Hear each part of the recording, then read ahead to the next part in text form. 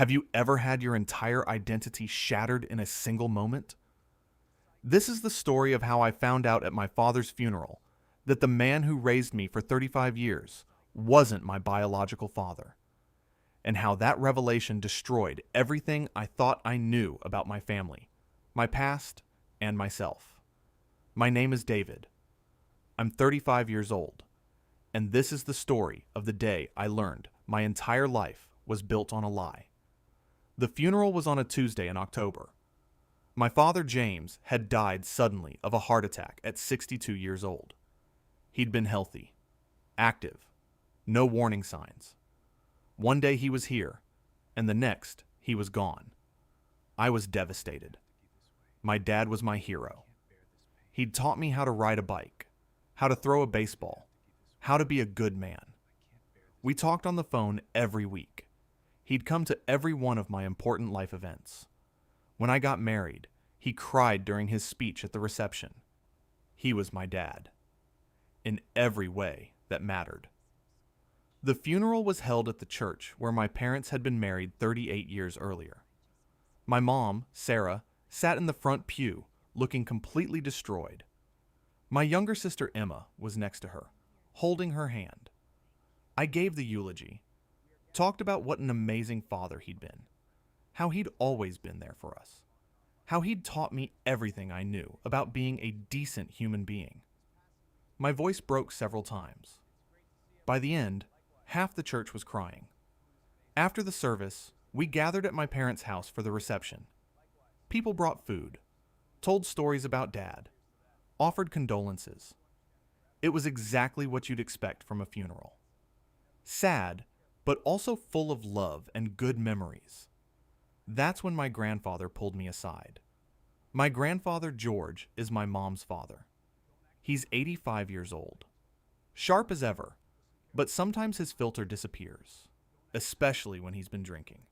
And at the funeral reception, he'd had more than a few glasses of whiskey. He grabbed my arm while I was standing in the kitchen and pulled me into the hallway. "David, we need to talk," he said. "Sure, Grandpa. What's up?" He looked uncomfortable, kept glancing back toward the living room where everyone else was gathered.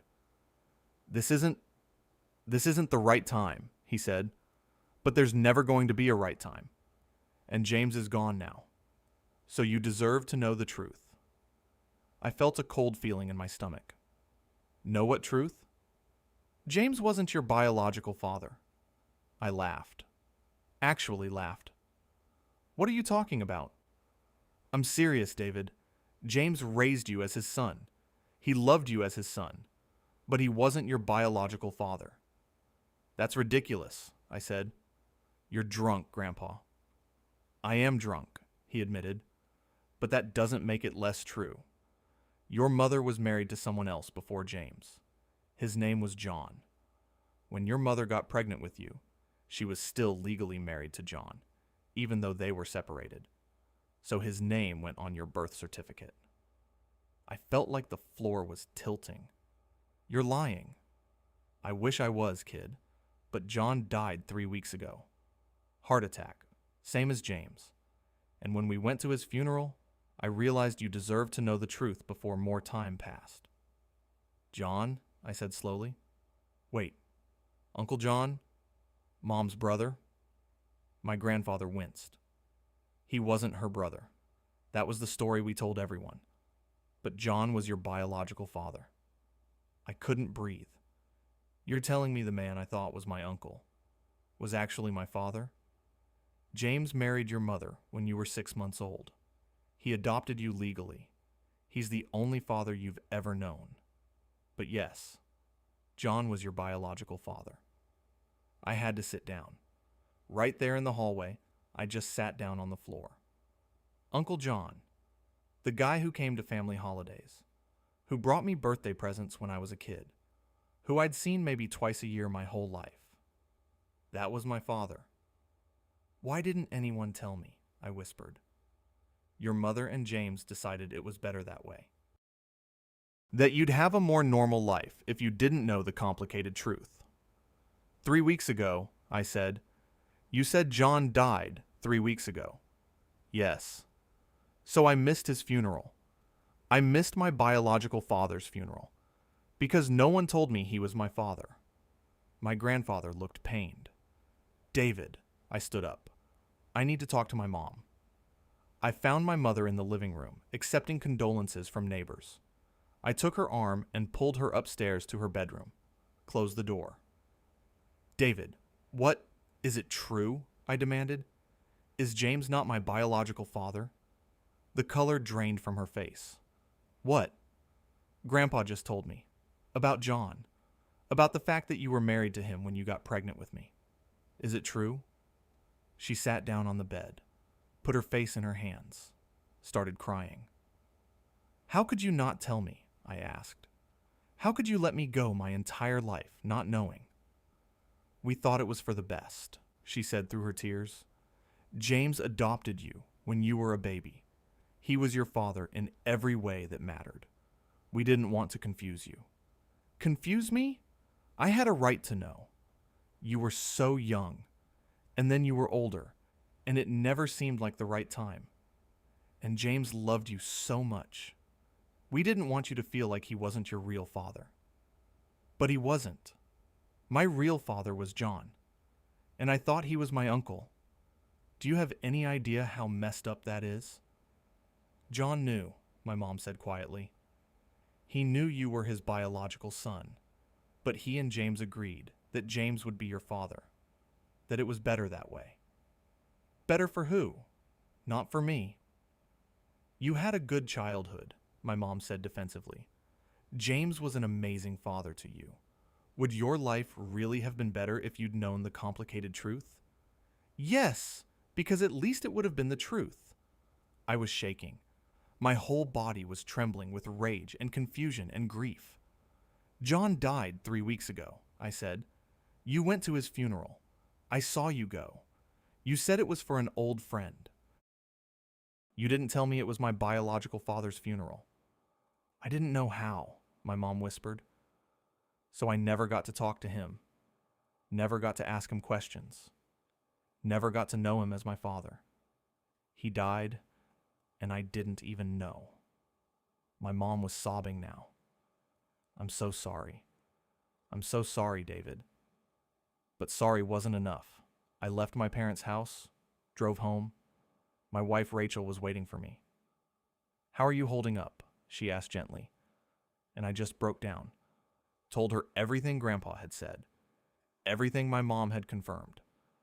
Rachel held me while I cried. I don't even know who I am anymore, I said. Everything I thought I knew about my family is a lie. James was still your father, Rachel said. He raised you. He loved you. That's what matters. But why did they lie? Why did everyone lie? I don't know, baby. I don't know. Over the next few days, I did some research. I pulled my birth certificate. Sure enough, it said, Father, Jonathan Samuel Richardson, not James David Cooper. Jon. I looked through old family photos. There was Jon at my 5th birthday party, at my middle school graduation, at my wedding, sitting in the back with the extended family, and I'd had no idea. None. I called my sister Emma, asked her if she'd known. Known what? She asked. So I told her. Oh my God, she said. Are you serious? You didn't know either. No, I thought Jon was Mom's brother. He was our father, biologically, I mean. Your dad is James, but mine was Jon. Emma was quiet for a long time. This is insane. I don't even know what to say. Me either. Are you okay? She asked. No, not really. I spent weeks trying to process it. I was angry. Angrier than I'd ever been in my life. Angry at my mom for lying. Angry at James for going along with it. Angry at Jon for not telling me himself. And underneath the anger was grief. Grief for James, who just died. Grief for Jon, who I'd never really known. Grief for the version of my life I'd thought I had. I stopped talking to my mom. She called and texted constantly. I ignored her. Rachel tried to get me to see a therapist. I refused at first. But eventually, I gave in. The therapist's name was Dr. Martinez. She specialized in family trauma and identity issues. "This is a betrayal," she said during our first session. "Not just of trust, but of your sense of self. It's completely normal to feel angry and confused." "I don't even know who I am anymore," I said. "Am I David Cooper? David Richardson? Who am I?" "You're still you," she said. "Your identity isn't just about biology. It's about the life you've lived and the person you've become." "But my entire life was built on a lie." "Was it? James raised you. He was your father in every functional way. That part wasn't a lie. But they should have told me." "Yes," Dr. Martinez agreed. "They should have, and they didn't. And now, you have to figure out how to move forward with that knowledge." Slowly, very slowly, I started to heal. I started thinking about James, about the kind of father he'd been, about how he'd never treated me differently than Emma, even though she was his biological child, and I wasn't. He'd chosen to be my father. Every single day of my life, he'd chosen me. That meant something. I also started learning about Jon. I talked to my grandparents, my mom's siblings, people who'd known him. Jon had been a complicated guy. He'd struggled with addiction, had a hard time holding down jobs. His marriage to my mom had been rocky, which was why they'd separated. When my mom got pregnant with me, Jon was in rehab. By the time I was born, he and my mom were divorced. She'd met James. James had wanted to marry her and adopt me, and Jon had agreed, because he'd known he wasn't stable enough to be a father. He'd wanted me to have a better life than he could give me. So he'd stepped back, let James raise me, visited when he could, but always as Uncle Jon, so I wouldn't be confused. Was it the right decision? I don't know, but it was made with good intentions. 6 months after my dad's funeral, I finally called my mom. "Hi," I said. "David," she breathed. "Oh my God, I've been so worried." "I needed time," I said. "I needed to process everything. I understand. I'm so sorry. For everything. Why didn't you tell me when I was older? When I could understand?" "Because the longer we waited, the harder it got. And James was so afraid you'd stop seeing him as your real father. He loved you so much, David. You were his son. Not biologically, but in every other way." "I know," I said. "I'm starting to understand that."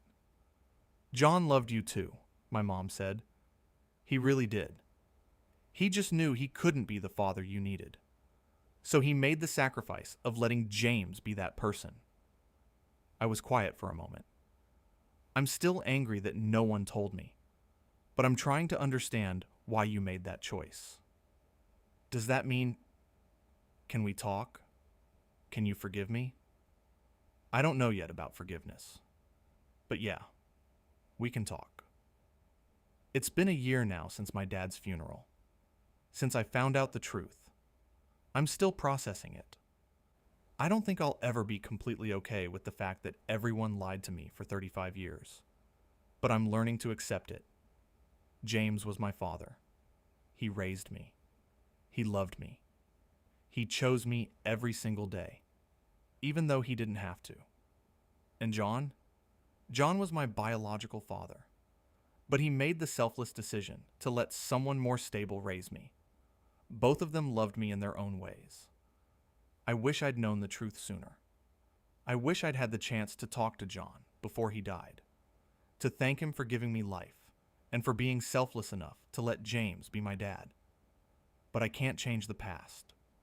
All I can do is move forward, with the complicated, messy truth of who I am. I'm David, son of Sarah, raised by James, biologically the child of Jon, husband to Rachel, just a man trying to figure out his identity in the wake of a revelation that changed everything. If you've ever found out something about your family that shattered your understanding of who you are, you're not alone. These secrets happen. Families lie with good intentions. And sometimes the truth comes out at the worst possible time. It doesn't mean the love wasn't real. It doesn't mean your life was fake. It just means the story was more complicated than you knew. And now you have to decide. Do you let that destroy you? Or do you find a way to integrate it into your understanding of yourself? I'm choosing the second option. It's harder, but it's the only way forward. Thanks for listening to my story. What I didn't tell you is what happened after that first phone call with my mom, because that's when things got even more complicated. A few days after we spoke, my mom called again. David, I have something for you. From James. He left you a letter. A letter? He wrote it about 5 years ago. Put it in an envelope and told me to give it to you after he died. I found it in his desk when I was going through his things. My hands were shaking. What does it say? I don't know. It's sealed. Addressed to you. I think he knew this would all come out eventually, and he wanted you to hear from him. She brought it over that evening. Rachel answered the door. They hugged. My mom handed me a thick envelope with my name written on it in my dad's handwriting. Take your time, she said, and call me when you're ready. After she left, I just stared at the envelope for an hour. Finally, Rachel said gently, Do you want me to stay with you while you read it? I nodded. I opened the envelope. Inside was a 6-page handwritten letter. I recognized the blue ink pen he always used. This is what it said. Dear David, if you're reading this, I'm gone. And if I know your mother and your grandfather, you've probably found out the truth about Jon by now. I asked them to wait until after I died to tell you. Cowardly, maybe. But I couldn't bear to see the look on your face when you found out. I need you to know the whole story. Not the sanitized version your mother might tell you, but the real story. You deserve that. I met your mother when you were 3 months old. She was a waitress at the diner near my construction site. She had you in a carrier on her back while she took orders. You were this tiny, perfect baby with huge eyes. I asked her out. She said yes. On our second date, she told me the truth. She'd been married to Jon since she was 19. They'd been high school sweethearts. But Jon had demons, alcohol, drugs. He couldn't hold down a job. He'd disappear for days at a time. By the time she got pregnant with you, they were separated. When you were born, Jon was in his 3rd stint in rehab. His name went on the birth certificate because they were still legally married. But he wasn't there. Couldn't be there. Your mother was living with your grandparents, working double shifts at the diner, trying to provide for you. And she was scared. Scared that Jon would get out of rehab, demand custody, and take you into his chaos. That's when I made my decision. I fell in love with you, David, before I even fell in love with your mother. You'd look at me with those big eyes and grab my finger with your tiny hand, and I was gone. I wanted to protect you, wanted to give you the life you deserved. So I proposed to your mother, and I adopted you. Jon signed over his parental rights. It wasn't hard to convince him. He knew he wasn't stable. He knew you'd be better off with me. And honestly, I think he was relieved. But here's the part your mother doesn't know. The part I never told anyone. Jon and I met once a year, every year, for your entire life. He'd call me around your birthday. We'd meet at a diner halfway between his place and ours. And I'd tell him about you. How you'd learned to ride a bike. How you'd made the baseball team. How you'd gotten into college. How you'd met Rachel. Everything. And Jon would sit there and listen with tears in his eyes, asking questions, looking at the photos I'd bring. He never tried to insert himself into your life, never demanded to see you. He kept his distance because he loved you enough to let me be your father. But he wanted to know about you, and I thought he deserved that much. I know you're probably angry right now. Angry that we lied to you. Angry that you never got to know Jon as your father. But David, I was your father. In every way that mattered. I changed your diapers. I walked the floor with you when you had colic. I taught you to throw a curveball. I cried when you graduated high school. I gave you advice about girls and jobs and life. Biology doesn't make you a father. Showing up does. And I showed up every single day of your life. Jon couldn't do that. He tried. He really did. But his addiction was stronger than his willpower. He relapsed more times than I can count. He lost jobs, apartments, relationships. But he never stopped caring about you.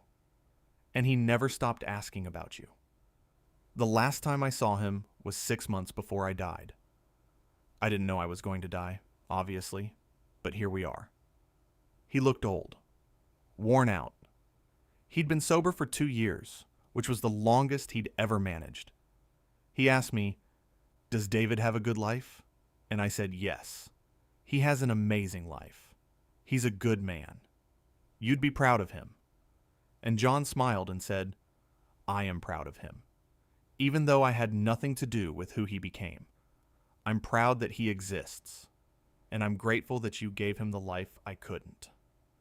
That was the last thing he said to me about you.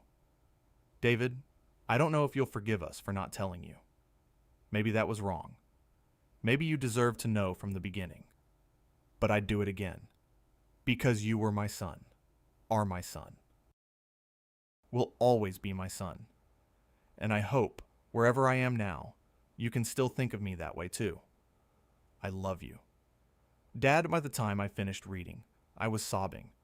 Rachel was crying too, her arms around me. He met with Jon, I said, every year. He told him about me. He loved you so much, Rachel whispered. And that's when it hit me. The full weight of what James had done. He'd raised another man's child as his own.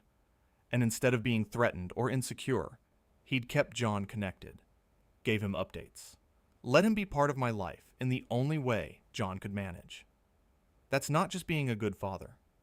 That's being an extraordinary human being. I called my mom that night. "Did you know Dad met with Jon every year?" "What? No. Are you sure?"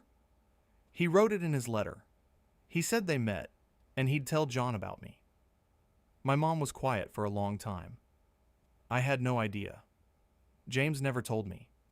He never told anyone. "That's exactly the kind of man your father was," my mom said, her voice thick with emotion. "He did the right thing quietly, without expecting credit." "I need Jon's address," I said, "or where he's buried. I want to visit him." "I'll send it to you." Jon was buried in a small cemetery about 90 miles away.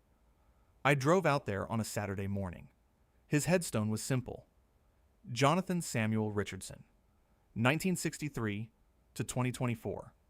At peace now. I stood there for a long time, not knowing what to say. Finally, I just started talking. "Hi, Jon. I'm David. Your son. Biologically, anyway. I'm sorry I didn't know. I'm sorry I wasn't at your funeral. I wish I'd had a chance to meet you. To know you. To thank you." I sat down on the grass next to his grave.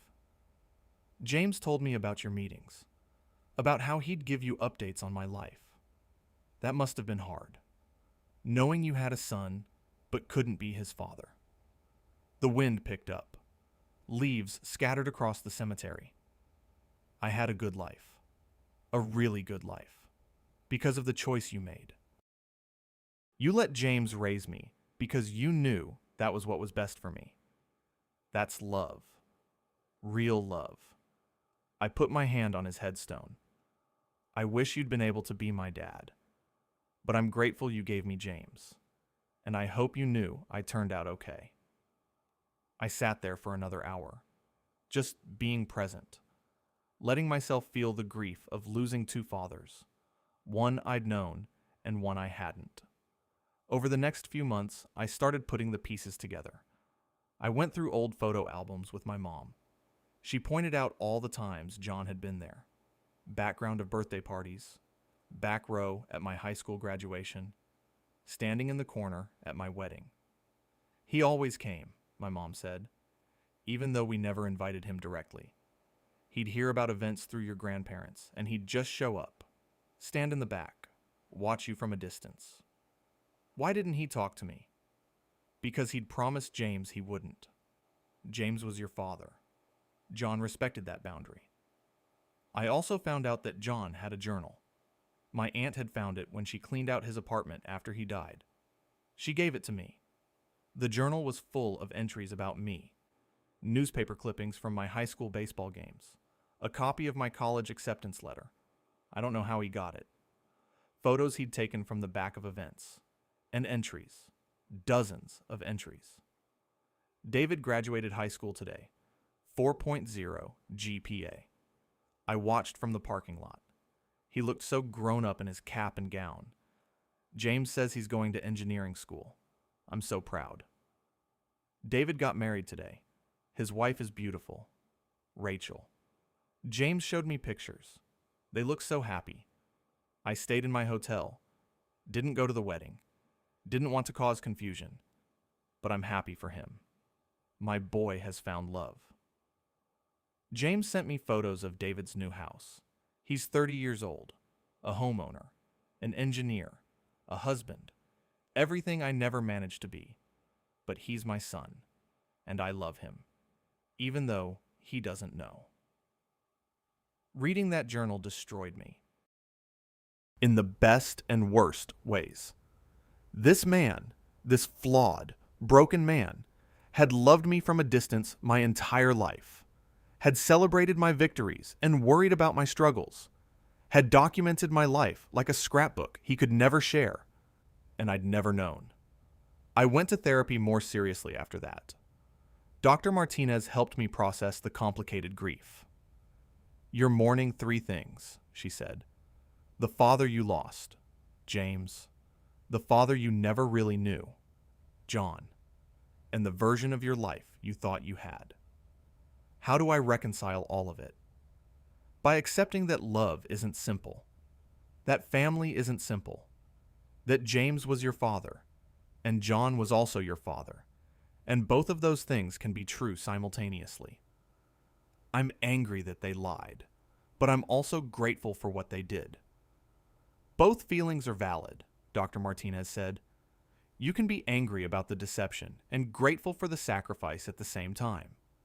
Humans contain multitudes. A year and a half after James died, I did something I'd been putting off. I wrote letters. To both of them. To James.